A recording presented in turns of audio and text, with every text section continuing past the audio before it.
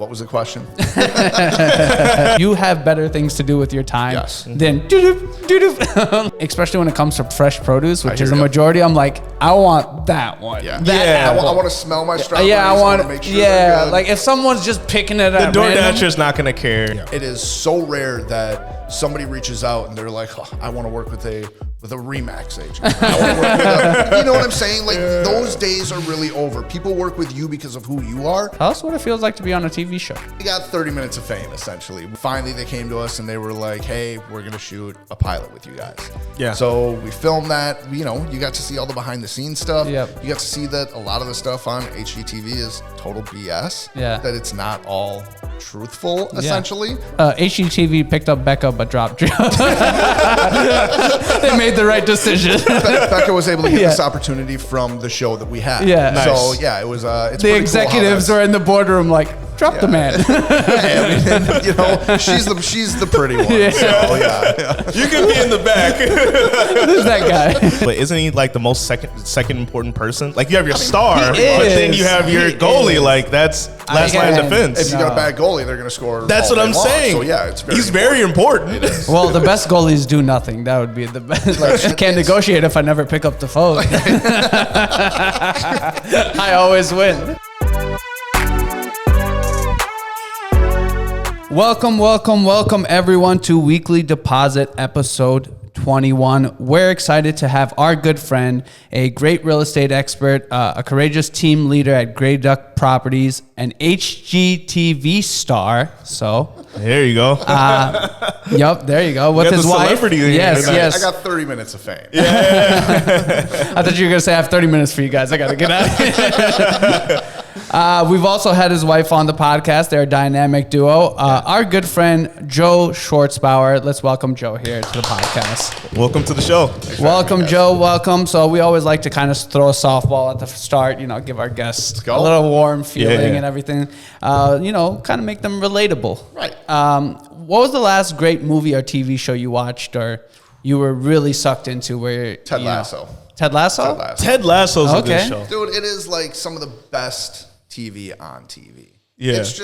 It's feel good. It's got a little drama. Yeah. It's just good TV. Yeah. I've watched the first 2 seasons. Season 3's coming out here. Season 3's out. Oh, is it out? Okay. I haven't seen it. I've watched the first 2 too. I haven't seen season 3, but it's like a fake it till you make it. I think that's why people just wing it. It's good. It's real good. Figure it out later. And then Mandalorian, man. We're big into Star Wars at our house, so Oh, okay. yeah, There all you that go. stuff is good. Same here. Was it The Mandalorian that had that? No. I'm sorry. That was that one movie with the fight between Vader and Obi-Wan. What was that? Was it One of the Star Wars movies. Yeah, it was a movie. One of the 100. 12 of them. Yeah, there's a lot. Disney's There's a really cranking those out right now. There's a lot. There's a lot. My son's way into it, so that helps. Yeah. Mandalorian's a good show though. It's great. Yeah, I think I like the plot of it too, and it doesn't get boring. No. Do you feel like the people of UK like Ted Lasso, or is it just kind of like us Americans? I don't know. I kind of wonder that too. I kind of thought about that. Did you see Welcome to Wrexham? That was Ryan Reynolds. Ryan Reynolds. and I whatever. haven't seen that yet. That was also phenomenal. That was kind of like documentary style, and Ryan Reynolds and the other guy from Always Sunny in Philadelphia. Yep. They bought a failing soccer team over there. In Wales. In Wales. Yep. And it's like the oldest arena, field, or Yep. whatever in all of like Europe, basically. Yeah. And they've now turned around this soccer team. Yep. And Oh, they're actually They got good promoted. yeah, they got promoted. Yep. Yeah. Oh. So very Yeah. cool. Okay. Yeah, I'm gonna have to watch Another that. great story. Yeah. Ryan Reynolds flew out the whole team to Las Vegas recently because Yeah. they got promoted. Yep. And he like all expenses paid. My And son's into soccer, so we're very That's- into soccer okay, yeah, in so- our house right now. Yeah, Ted Lasso and the Star Wars, of Yep. course. So it kind of he dictates the. Yeah. We do what he says. Yeah. He's our only kid, so yeah. What's your son's favorite soccer team? PSG.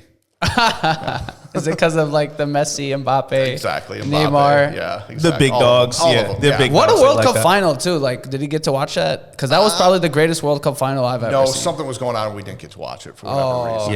Yeah. Because that was an amazing. So he plays soccer, right? Plays I think you were soccer. He telling loves us it. that. He's in 2 different leagues right now. That's good. Yeah, he's loving it. He somehow got onto a league with a bunch of older kids. Mm-hmm. So he's in kindergarten and he's playing with like 1st and 2nd graders. Oh wow. So it should help him. So he's moving. Where on. does he like playing? I know there's not really like positions at sometimes at that So age, for some but reason, like he like keeps saying he wants to play goalie, and I'm like, Okay. dude, you don't get to score any goals when you play goalie. And he was just like, oh, okay. Well, my maybe I kid, don't want yeah, that. my kid does Yeah. that too. It's like he's like, I want to play goalie. I'm like, but no, you got to score goals. Well, he's a little standoffish sometimes. He's Yeah. not super aggressive. So yeah. Well, okay. But that kind of has our fatherly egos play into Right. it. Like, we want you to Exactly. score I want you to goals know for how to me. score. You want to score goals, but isn't it like the most necessary? Because I'm not a soccer player at all by any means, but isn't he like the most second important person? Like you have your star, but then you have your goalie. is. Like that's last line of defense. If you got a bad golie, they're going to score. That's all what day I'm long. saying. So yeah, it's very. He's very important. It is. Well, the best goalies do nothing. That would be the best. That's true, yeah. That would be the best goalkeeper game would be to do nothing. No, but it is like important. But like again, it's that ego dad thing. Like you want your son to score. Yeah, he's not the star, but he's important though. Yes, Yeah, yes. I get it. Okay, Joe, we want to talk about kind of your real estate, career and how it started. But before we get to that, we want to talk about who was Joe Schwartzbauer before the real estate. You know, what were you doing?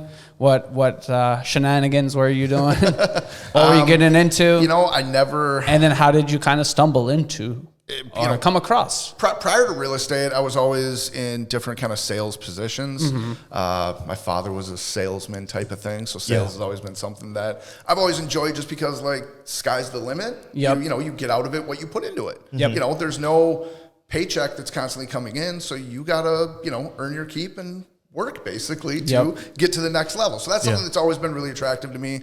I actually moved into a small apartment building in Lower Town, actually right around here pretty much. And the guys that owned the building had a real estate office on the main floor. Started bringing my rent checks down to them, got to know them, started going out to lunch with them. They were like, hey man, you'd be really great in real estate. I was like, looking for a new career. Let's try this out. Perfect timing. It was. And I kind of fell into it, and it wasn't something that I was looking to do. I've always liked houses and like been into that and that whole backstory and whatnot. But honestly, I just kind of fell into it. I started doing leasing for them. That was an absolute nightmare. It was just, that's just not very much fun. Leasing sucks. It does. It's a tough. for Sorry, sure it leasing gets your agents feet out wet. there, but they, Seriously. No, but it gets your feet wet. It does. It got my feet wet. And it's one of those things, leasing agents, they can make a good amount of money. Yeah, they can. But in Minnesota, just like our real estate market gets really hot in the middle of the summer and cools down in the winter. So everyone wants to move in the middle of the summer. Leasing, you make a ton of money in the middle of the summer. The rest of the year, it wasn't very good. Yeah. So then I started working with a lot of investors through that, because I was leasing out single family homes, condos, that type of thing. Got to know the owners, started talking to them about buying another property and all of that. And then that kind of spiraled into me working with a bunch of investors. And then I got sick of working with investors because I was sick of writing lowball offers, and just really started working with, normal everyday retail buyers buyer sellers. and seller. Exactly. Yeah. It's a little bit more rewarding working with them in a sense too, It is. because the closing, first time home buyers or first time sellers or whatever. So investors are more cold. Like, well, it's business. What can you do for me? Exactly. That's it. It's business. And some people like that. Totally. Some people like that. That's a very transactional business. Yeah, strictly transactional. I don't prefer that. Yeah. It's better to build a relationship. Your investor isn't jumping for joy or crying at the closing table because But you also get a good investor that you're working with that is buying properties, flipping properties, that type of thing. There's steady income in something like that. Yeah, So, correct. Correct. It's good to have in real estate. It's good to have a mix. everything. Yes, Yeah, yes, yeah, yeah. it's good to have everything. Yeah. And some investors, depending on how you deal with them or if they have a license or not or a thing, you can end up listing the flip you sold them or something on the back end. So it's, And if I can bring my wife into the mix and have her stage that flip as well. Yep. You guys have a great combo. Well, the whole Grey Duck brand, that's what I kind of wanted to ask you Yeah. about. How did that all kind of come about? And, we've talked to Becca here. She's been on the podcast. She's told us kind of the interior designing, staging, everything, that side of the Grey Duck. And then you are the more real estate properties because... Yeah, I mean, the whole team started probably 5 years or so ago. It was just me at the time. Me and my wife were actually down in Georgia visiting some of her family. And just like everybody knows, if you're a real estate agent, go on vacation, your phone's going to ring a whole bunch. So we're on vacation. My phone is absolutely blowing up. I'm having to write offers. It wasn't an enjoyable vacation because I had to be working the whole time. And that was kind of like, all right, we need to start a team. Yeah. And we previously had Great Oak Properties and LLC for flipping homes. And I was like, we already got the name. Let's just run with that, basically. Yeah. So hired an admin, hired a buyer's agent, and things started from there. There you go. Okay. Nice. Would you say that's kind of the most important is in that order, admin, buyer's agent? For new agents out there, new people who want to make a team. If you're looking to start a team, if you're looking to grow as a real estate agent, the absolute number one first hire you should make every time is an admin. Okay. And then honestly, the second is probably a showing partner. So somebody that's kind of your boots on the ground, going out showing houses, leveraging your time. It takes a lot of time to go out and show properties. Driving around, doing all of that, unless you have a Tesla that's driving itself, you can't really be working while you're on the road, essentially. Yeah. So, and you probably shouldn't even be doing that in a Tesla, but I don't know, that's kind of allowed, I guess. When you have multiple clients that you're working with and you're at a certain point, you're not a new agent anymore. Right. We only got 24 hours in a day. Exactly. And really like a 12-hour day is pretty. So does Beyonce, so. Right. But driving she through has traffic. she has resources called admins. helicopters, jets. The world becomes very small for a Beyonce and a very big place for us. It's big about leveraging your time. Leveraging your time. That's the whole thing. So you need a showing partner, when you're working with 6, 7, 8 clients at once. Yeah. Most people don't really care who is opening the door for them. Yeah. Most clients. There are some 100% that they want your face at every tour, and they need more hand holding. Exactly. Yeah. You got to treat them a little bit differently. Yep.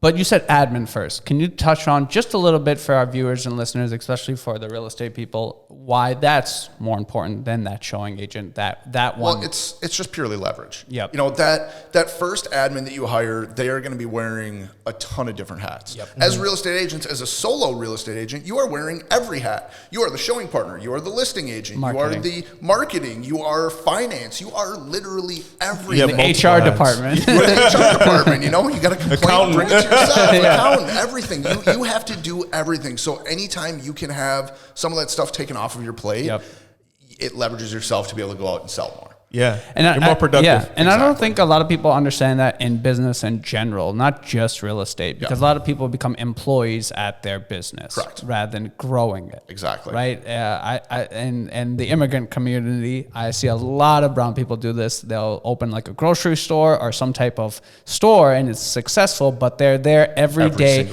checking people out. Like you have better things to do with your time than making the leap to leverage yourself is a tough one. You have to 100% believe in yourself that you are going to go out and sell more in order to pay for that leverage. So it's you hire an admin, don't take that additional time to sit on your couch and watch Netflix. Take that additional time to you need to be working harder. Exactly. And then that allows you to hire on another admin, and it grows from there basically. Admin are the most important hire in real estate. Where'd you find your admin at? She's been a friend of mine for like 30 years. Okay.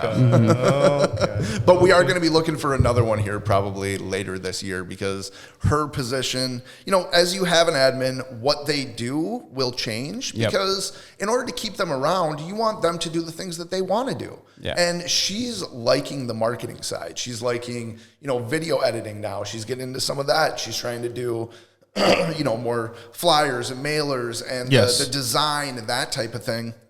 The back end listing input stuff, we could train somebody to do that. That's pretty simple work. So you don't have your admin doing transactions coordinating? She's doing that as well. Oh, she does that as well. She's wearing all of the hats. She does all, okay. But she prefers some stuff over other stuff. Well, the fun stuff, the marketing stuff is fun. Exactly. So we can hire somebody on and probably pay them a little bit less because they'd be brand new and have them just do that paperwork behind the scenes stuff. Gotcha. Okay. That makes sense then. That makes sense. Yeah, as a business, you got to, like you said, leverage and everything like that. I think some people just are control freaks sometimes. They want, hard to let go. And they feel like if they let go, then everything's going to come crashing down. Well, you need to put good people in place. You need to trust them. That's very important. Good people, and it is sometimes a trial and error in regards to good people. It costs a lot more money to hire the wrong person than it does the right person. Yeah. I think a lot of teams out there know that. I mean, you should bring leverage into like your personal life as well, more than just business, Okay. Yeah. I mean, we've got all kinds of apps out there that will literally like get your groceries to your front door. the amount of time that you spend grocery shopping, that's probably not good use of your time. Okay, no, I agree, and here's the old school part of me, right? There's always that because I'm a I don't 80s do that 90s. because I love grocery shopping. No, it's like I don't. It's not that I love grocery shopping. I do find it like tedious, but it's like, especially when it comes to fresh produce, which is a majority. I'm like, I want that one. Yeah, That I want to smell my strawberries. Yeah, I want to make sure they're good. like if someone's just picking it at The random, DoorDasher's not gonna care. yeah, they don't care. Like I'm like, I look at the strawberries. I'm like, this one. I want this one. But like that admin that you hire, Yeah. they could do some of that grocery shopping for you. Yeah. They can do that type of thing. Does your admin do grocery shopping for you? She does some babysitting and like that type of thing. Not so much Yeah. grocery shopping, but like it's an all-encompassing type of job. You know, Hey. I mean, they're not considered an admin; they're considered an executive assistant at that point. Okay, I like that. yes. They do much more than just help you with your business. They are helping to run your life and run your life more efficiently. Yeah, and To high give you hours back in your day. and high value people need that and have that. Need that. I always think of like the Tony Stark with the Whatever, is it Jasper or I think it is. what's her name? his assistant. Correct, right? And the I was thinking the computer one. Oh That's no, what I not the was computer. too. No, I was thinking of the actual Jarvis. human Yeah. one. Jarvis, Yeah. yeah. The one he ends up liking, the Yeah. girl. Yep. Potts. Yep. What? Maybe. I don't Something know. like that. Yeah, it's important. You put the good Disney, people give me a around you. contract. Yeah. Okay, perfect. What do you really, because I know you mentioned, you kind of got into real estate and the whole like, I hate when people give that generic, like, I love houses. Yeah. And this, Yeah. which, but no, what do you really, really love about the industry? Is it the relationship? Is it kind of the hustle and bustle? Is it the negotiations? And then what's something you would hope to change about the industry? Because you've been in the industry for quite some time now. I want to say a decade. Just about a decade. Yeah. Yeah, Okay. so you've seen different markets and all that. I mean, it's honestly, since I've been in, it has been pretty consistently a seller's market. Yeah. So I haven't seen the 2008 downturn, which a lot of people were scared we were about to go into. I feel pretty lucky for the market that I've been in the entire time. Yeah. I've been an agent. There's sometimes that it felt a little bit more like a buyer's market out there, but pretty much it's basically been a seller's Leaning market. on seller side. Exactly. Yep. Exactly. What was the question? That's the second time we've had that on this show. If I could change something in the industry? If you could change something, like what do you love and what's something where you're just like, I wish this was just a little bit different. I mean, negotiations can be fun, depending on the agent you're negotiating with. Well, the problem is that... You can't negotiate if I never pick up the phone. I always win. Well, the problem is that too many agents are competitive, and there's very much a scarcity mindset in this industry. And that's a terrible way of doing business and looking at things. Yep. Yeah. There's more than enough business for all of us to be successful, all of us that want to be successful to be successful. The people that put in the hard work, they will be successful. Negotiations can be tough because some agents are very much just against you. In reality, if you're the listing agent and I'm representing the buyer, we're all on the same team. That's what I'm glad that We're trying to get to the same goal. Exactly. Yeah, We're so all just like, trying to get to closing and make yeah. sure that everybody feels comfortable with the position that they're in. Here's the one thing I always talk about negotiation. I've read some negotiation books. It's such a people when they think of negotiations, either I win and you lose, or you win and I lose. Right. And it's the stupidest way to It's the think about it, stupidest way. right? Because no negotiation would ever come like that. Right. No. There has to be something where you win, where you want it, and where I win and I want it. So we all have a happy Exactly. ending. So sometimes people like, especially like it's buyers, not always it's like going to go that way. No. Somebody may be a little bit more ahead. yeah, depending on who. Like multiple offer there's a little bit- situation. Well, it's going to favor the who seller. has the more leverage, right? Sellers In seller's right now. market or Yeah, it's a buyers, seller's or market, yeah. But or that if the doesn't house mean- was listed for a long time, the buyer might come in with a little bit more but leverage. it doesn't mean that your buyers also can't be properly represented and still Yes. have something in their favor. Yes. Correct, To right? still feel like they won more than just winning the house. Correct. Yes. Correct. And that comes down to the agent with experience breaking that down Yes. to them. Yes. Yeah. So that's exactly what it is. But it's like, to me, I hate this whole like negotiations. Like, I win all the chips, like the poker chips are here, and then you lose. It's people watching too much $1 million listing. 100%. That's not real That's what estate. they think. That's not real Yeah, estate at all. there has to No. be some the give and take depending on the leverage. Yeah. If I can't ask for much from a person that has 18 offers. right? No. It's a leverage. But I can, if a person's 118 days on the market, then I can be a little bit more. You can get some closing costs. Or, But at the same time, that person has the goal of selling. This person has the goal of buying. 100%. So it comes to the same point, like Joe said. Exactly. Let's come to an understanding here. That's all it is. Yeah, this whole entire industry just needs more collaboration. Yes, it does. I agree. Things tight to their chest and don't want to share. Yes. There's just so much. I mean, the whole off-market world is collaboration, right? Like really me contacting, hey Joe, I got something like this. Like the sellers. I obviously speak with the sellers before. They kind of want it if they prefer something quick, easy, not too many showings. Oh, great, I have someone for that. Exactly. That's all collaboration. Yeah. That's why it's really big to network with other agents. It is. It's super big. Because you will get to the closing table much faster. 100%. Yeah. When you know the agent on the other side of the transaction, there's a higher likelihood that you two are going to end up working together. Yeah. Just because you've got that past relationship. Yeah. They're maybe going to tell you a little bit more. They're not supposed to, but they might tell you a little bit more than what they're telling other agents about what it's going to take to get the deal done. Of course, because they want to work with you. Exactly. And they trust you on your end to handle your client. Of course. In all reality, too, that is representing their seller's best interest. Yeah, it is. Because they are working with somebody that they know is going to get the deal done. Yeah. And that's important. Yeah. Right. And you know how that person works. And again, like if I worked with Joe or if I work with Joe, I know how Julian works. I know how you work versus someone I don't know. Like, hey, I don't answer the phone after this time and this and that. But I also get it. There's a certain time in business where you have to shut your phone off. And you can't be bothered. We are people. We do have lives.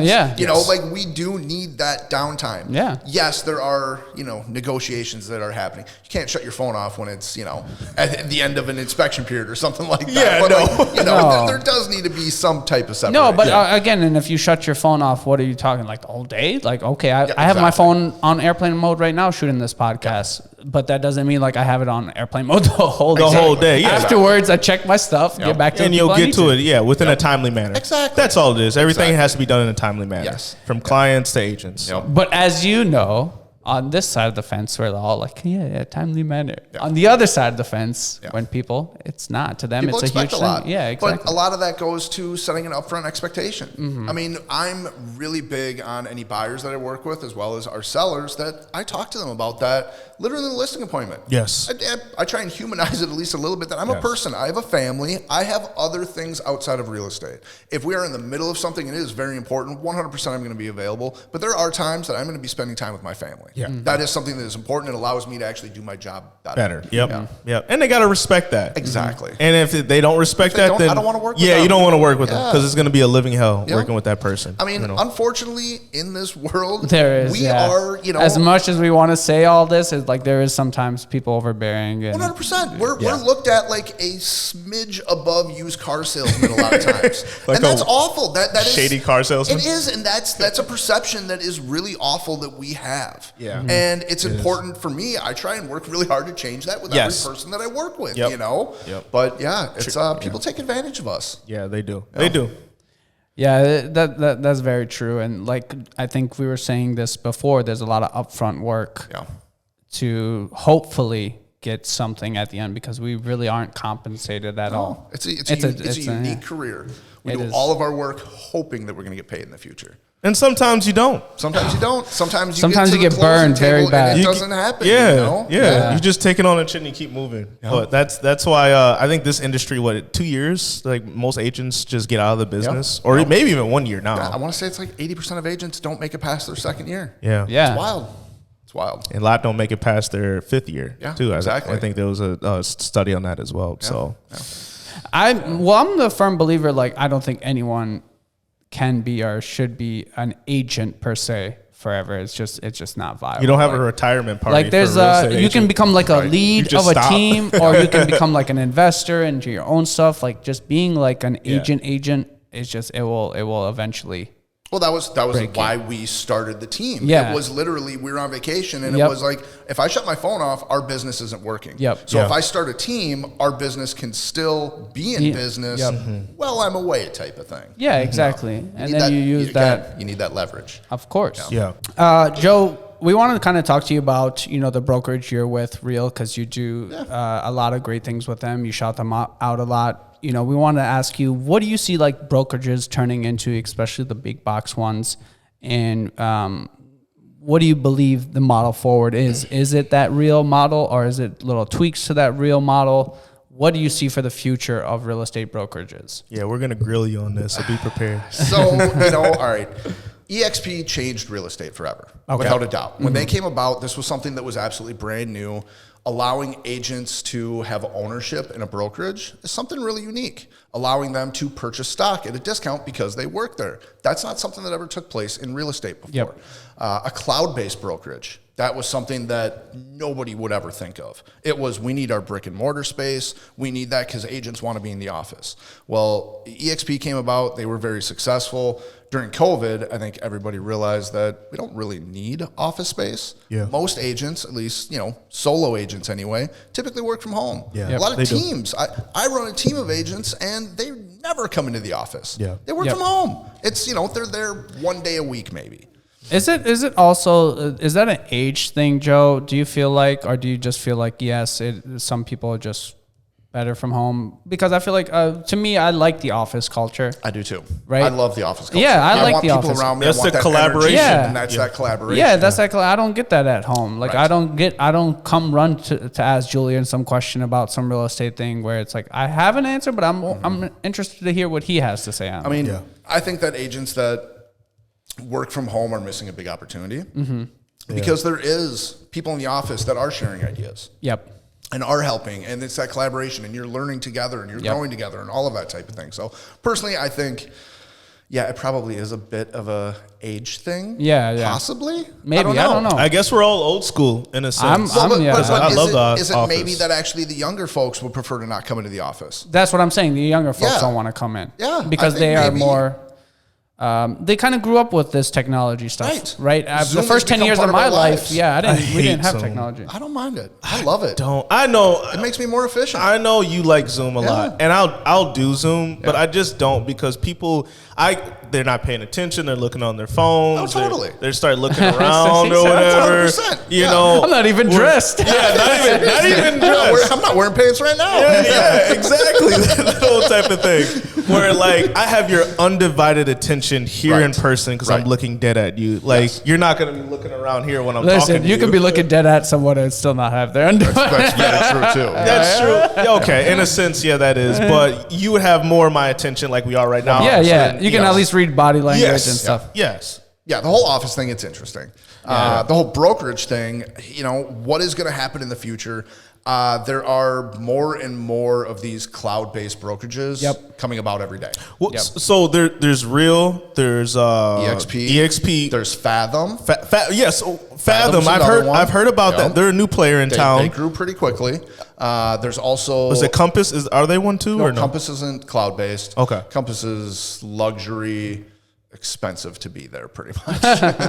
Yeah, I don't get the whole Compass. I Is there don't like either. a Sotheby's thing? I'm very confused about the they're brand. kind I of don't a know what they Sotheby's. are. They're a luxury Do you brand. think the big Okay. box brokerages are going to follow suit? The Edinas, They Colwell's, kind of have to. I think. Kellers. They're kind of dying. There's a lot of agents there that are fleeing ship essentially. Yep. But- a lot of teams. There's a lot of teams. Teams but, are. But there's also a lot of folks that are live and die by the big box brokerage. And They've been there for so long. They've been there for so long. They Yeah. feel that the marketing that they have, the name brand behind them, goes a long ways. Yeah. Personally, I don't feel that. I think maybe 10, 15 years ago, the brokerage that you worked for mattered.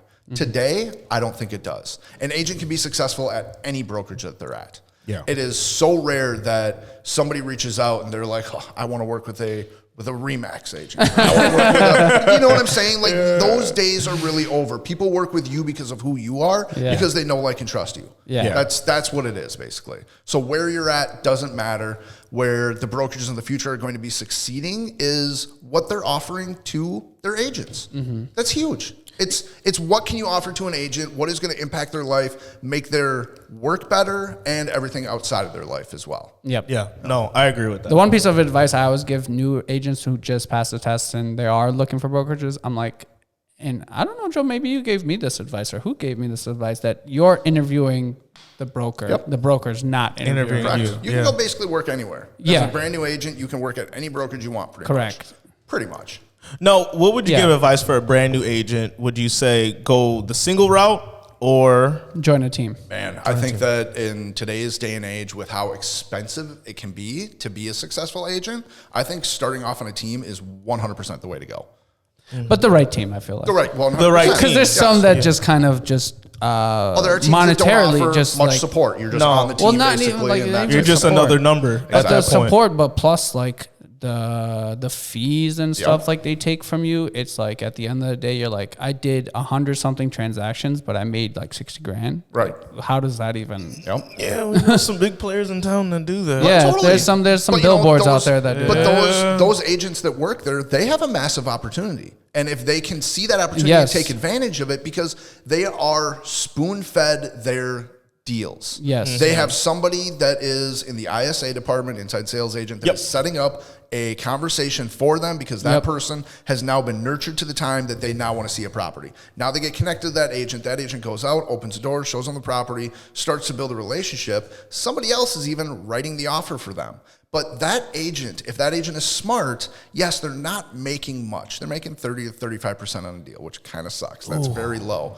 But they can do double the amount of transactions that most other agents are doing. Yeah. And that is actually a really great place for an agent to start, because if you are smart, you're building relationships with every single one of those people that you're working with. You're staying in touch after closing. You are adding them to your sphere. You are, making sure that they feel loved on. You now can get referrals from that person. And that's the lifeline of the business. Yes, is you referrals. go work under that model for a couple of years, and all of a sudden you've got 200 people that is your sphere. Yeah. Now you just basically, you can leave that model, go work, be an agent on your own, and have a sustainable business for yourself for the future. Yeah. Yes, and a lot of them have done that in regards to they also then put in place non-compete, etc. Like, heard hey, that. these people are our people, Right. and if anything else, so it gets a little murky. It can get dicey. Yeah, exactly. But no, exactly. I like how your mind went there to the opportunity, because originally a lot of people in those type of settings, they did do that. Right. And they went on to have great successful careers Exactly. because they met so many people. Yes. And followed up too. And it's not even They like also people followed up. like where they're like real estate people like, oh, just come in contact with 20 people. These are 20 people that bought or Yeah. sold. Right. Yeah. Like A transaction. actually did a transaction. A not transaction just, was in you place. just met like, hey, I just met this person in the elevator today. I mean, it's what we were talking about earlier. It's tough to be an agent, and especially to be a new agent. Yeah. Going Yeah. on a team, going into a brokerage that's offering a ton of support is wildly important. Yeah. I would just say read every contract. Read Definitely. every single thing that before you sign. Yeah. Just read it. Like whatever the broker's offering, whatever this person's offering, whatever anything, just read it.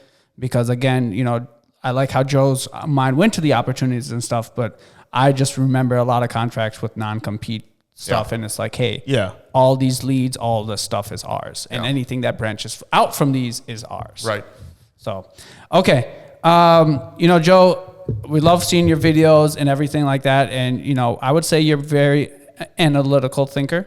Is Pretty that much. safe to say? Yeah. Right? You use a lot of data. When I you try have to. your speakers Yeah. at your events, Yep. they're usually very data analysts. Data driven as data much driven as possible. as much as possible. I'm big on be the knowledge Numbers. broker type of thing. Yeah, of course.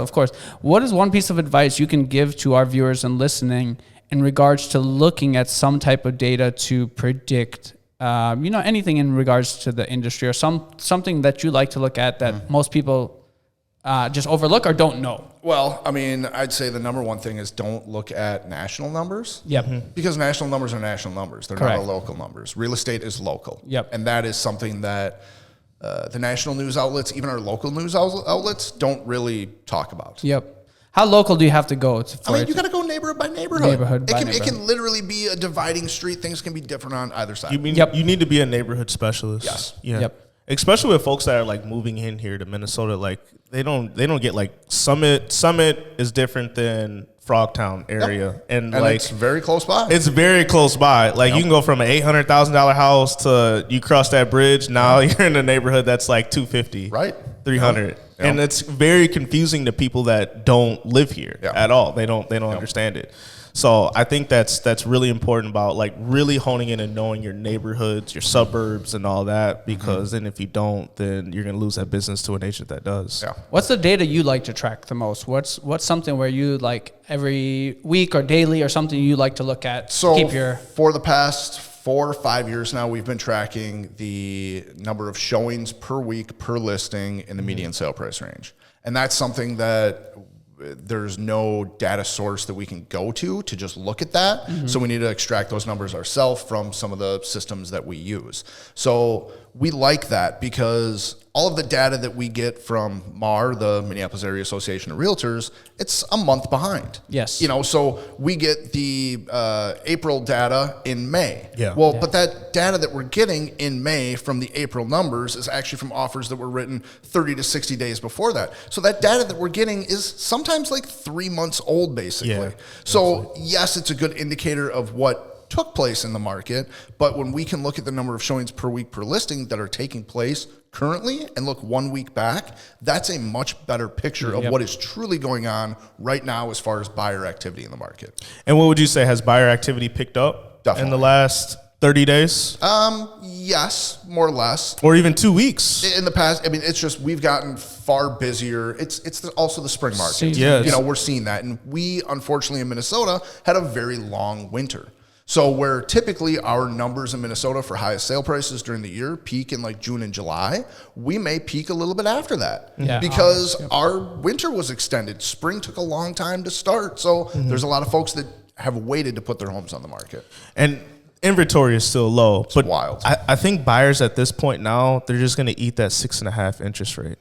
People have gotten used to it. The average think people have gotten used to it. History is 6%. So this isn't like that crazy. It's just people have very short-term memories. And when money was basically free over the past couple of years of, you know, low 3%, high 2s, it's hard to swallow the pill of anything, you know, 6% and above.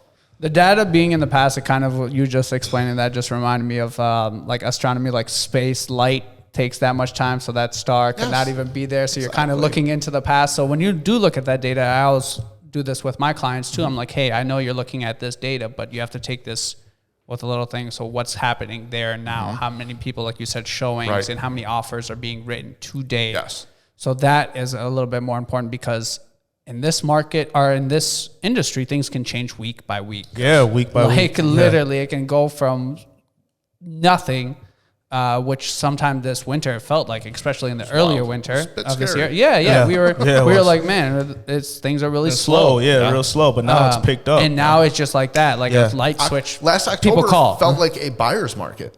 Sellers were having a tough time selling. Buyers had the ability to kind of do what they wanted. Yeah, that was I had a a time couple to listings that were like sitting on the market. It was the first time last October. I think it was the first time in like 2.5, 3 years that I had a listing that didn't sell the first weekend on the market. And it was just like, uh-oh. You're like, oh. I had October, November. It was the first time I got 3% or more in seller paid closing costs. Right. I remember if we go back to our first podcast, like our first one or two, and we were in the other room. We were talking about it being kind of a buyer's, kind of being like, we're like, it's kind of shifted a little bit. Yeah, but now you're not though. I mean, multiple offers are back, appraisal gaps are back. You know, the no inspections are back now. So it's crazy to see that, and the interest rates really haven't changed much between that time. We work with a couple. Well, I have an in-house transaction coordinator, but we have good relationships with Home Free TC and Contract to Close, which are two Contract to Close. Shout out to Contract to Close. They're phenomenal. They're great. Both companies Becca are really great. runs a really great company. Yes. So both of those companies, they're really great. They write offers for a lot of agents, essentially is what they do for anybody that doesn't know that. But they also share their weekly and monthly numbers with a group of agents. Anybody that signs up with them, that's great information to be able to show buyers because that is also what's happening right now in the market. It shows like, you know, the median sale to, or, you know, offer accepted to list price type of thing. How many inspections are being waived? How many have appraisal guarantees? All of that stuff. So it's important to look at that data as well. All right, Joe, tell us what it feels like to be on a TV show. We want to know. We want to know. I mean, we got 30 minutes of fame essentially. We got they reached out to us. It was like a 2-year long process, and finally they came to us and they were like, "Hey, we're gonna shoot a pilot with you guys." So we filmed that. You know, you got to see all the behind the scenes stuff. You got to see that a lot of the stuff on HGTV is total BS. That it's not all truthful, essentially. It's for TV. They need to make good TV.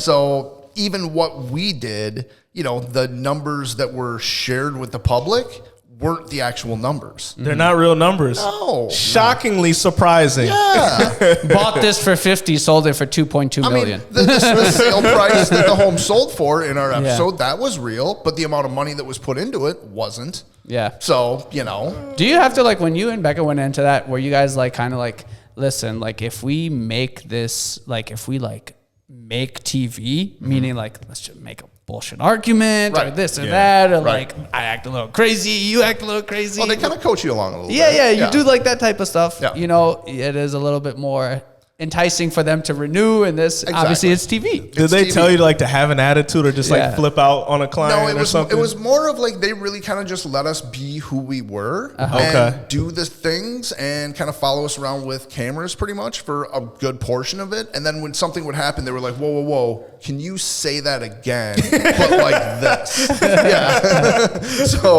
it was just kind of, you know. I would have been like, Becca, listen, there's going to be this scene where I'm crying about this deal and you smack me like, get your head in the game, Joe. No, I mean, it was fun. It was interesting. We got to see how the sausage is made and see behind the scenes and all of that. And we got our 30 minutes of fame. It was cool. Would it have been cool if the show would have got picked up? Possibly. I don't know. I don't know. I'm telling you, you needed that drama. But the amount of time that it took us to film that one episode and the amount of time I had to work with my clients during that time, it was tough. Yeah, I bet. It was very difficult. Break that down. So how long did it take to make? It was about 2 months to film one episode. What? Yeah. Maybe a month and a half. It was a while. One time a week or daily or what are we talking here? It was, I want to say it was daily, but it was a lot of time. This is like 5 years ago now, so it feels like it was about a month and a half. Maybe it was only 30 days. But still, like we had like 40 days. Well, all right. So we had, for that show, we had 2 different projects going on. Okay. So it was 2 different renovations essentially that we were doing at the same time. Mm-hmm. They were both light renovations essentially, but you know, we had to work with certain people. There was the network involved. Everything gets slowed down when there's cameras there. So you couldn't work with your subcontractors or anybody? Correct, without cameras around. Oh. Because they need to be like on site, making sure that they are capturing things. Everything. Yeah. Oh, it does sound like a hassle, but... It was a hassle. It was. I mean, that's what I think about. Like, if we're on TV, like, Julian, like, we got to make some BS, like, arguments, like, make the smallest thing into, like, the biggest thing. Yeah. I'm just going to tell you right now, I'm going to act a complete fool on the show. Yeah. Well, that's what, it's unfortunate, but that's what gets picked up. If that's we're, like, ultra professional and thing like that. Right. Everyone's like, this guy is unhinged. Yeah. It just... There's like that office scene, they catch you in the back just smoking. Can't take it anymore. Ben Affleck outside. Yeah, Ben Affleck. No. Speaking of Ben Affleck, he's been going through some stuff. Yeah, he has. We feel for you, Ben. Yeah. We feel for you. No, I think of like that guy that's on Bar Rescue. The old guy. I forgot what his name. I was like, Tanner or something. Yeah, does he really act like that in real life? Right. There's no way he acts like that. I think that's just all for TV. It could be. Yeah. So. I mean, I'm trying to do like, you know, you guys do a lot of social media stuff. Yeah, we do. It's super important to be who you are. Yes, it is important. It is important. I mean, because if you have a certain persona or something like that online, but then people meet you in person and it's they're like, wait a minute, hold on. Wait a Yeah. minute, this isn't you. Yeah. I didn't get this person. Yeah, well, we're not saying like obviously become a whole different person. It's just kind of like just like turn it up a little bit. Right. Like obviously it's TV. That's what I was saying. I was like, that should be. Yeah, I host webinars and people have said, you've got your like webinar voice. You know, that, like you turn it on type of thing when you start speaking. For sure. There's this girl I used to know in high school, and then like she does the news now and stuff like that, and like when she talks, I'm like, oh, that's like such a newscaster voice. Yeah. Welcome to Care 11. Like, like why are you talking like that? But it'd be weird, like if it talked like that in real life. But no, I think TV. Obviously, I mean, as real estate agents, we do need to be chameleons in a sense. You know, every person wants to be treated a little bit differently, and we need to treat them how they want to be treated. And we need to be the person that they need us to be for them. So it's not like we are changing who we are. But you have to be professional. You have to be a professional. Because some people are much more analytic. Some people are, there's all different types of buyers and sellers out there, and they need different things. Right. That's true. I agree. Okay, so Joe, we want to thank you so much for coming on the pod today. This is a great episode. Thanks. Yeah, thanks for kind of giving a lot of great information in regards to teams, in regards to data. Yeah. So Joe, why don't you kind of let the people know where they can find you, website, social media. I think if you want to shout out Becca's show, she still has a. So HGTV picked up Becca but dropped Joe. They made the right decision. Becca was able to get this opportunity from the show that we had. Yeah. Nice. So yeah, it was. It's the executives are in the boardroom like, drop the man. She's the pretty one. Yeah. So yeah. You can be in the back. Who's that guy? No. Yeah, but. No, Joe, thank you so much. Why don't you just tell to that? So if you want to find me, Grey Duck Properties, GREY is probably the best way to reach out. You'll be able to find me through that, basically. Okay. Instagram, I'm the real Joe Schwartzbauer because I'm the real broker, so that makes sense. I like that. I like that. But yeah, we're on Facebook, Instagram. I think I actually have a Twitter going now, but don't do much on there. Yeah. But yeah, it's easy to find me. Cool. I got a pretty unique last name. There's not many Schwartzbauers. I like their last name. Yeah, Schwartzbauer. Yeah. German? Is it German? Austrian. Okay. Yeah. Nice. It's like Arnold. Okay, perfect. Joe, thank you so much for being here. You guys, thank you, for sharing all the information you had. We'd love to have you again. You and Becca. Yes, I think both. Yeah, we talked. We can have that drama and get in a fight. That drama, exactly. I'm telling you, I have something pictured where you're crying about a deal and she smacks you like, get in the game, Joe. That's just behind the scenes. Behind the scenes. Well, that's what the people want. Okay, you guys, thank you for coming in episode 21. Subscribe, like, comment what you learned. Comment if you would rather be a solo agent, a team agent, and what data do you like to look at for within your industry, even if it's what's not important to you. All right, you guys, have a good one. We'll see you back on episode 22. Thanks, guys.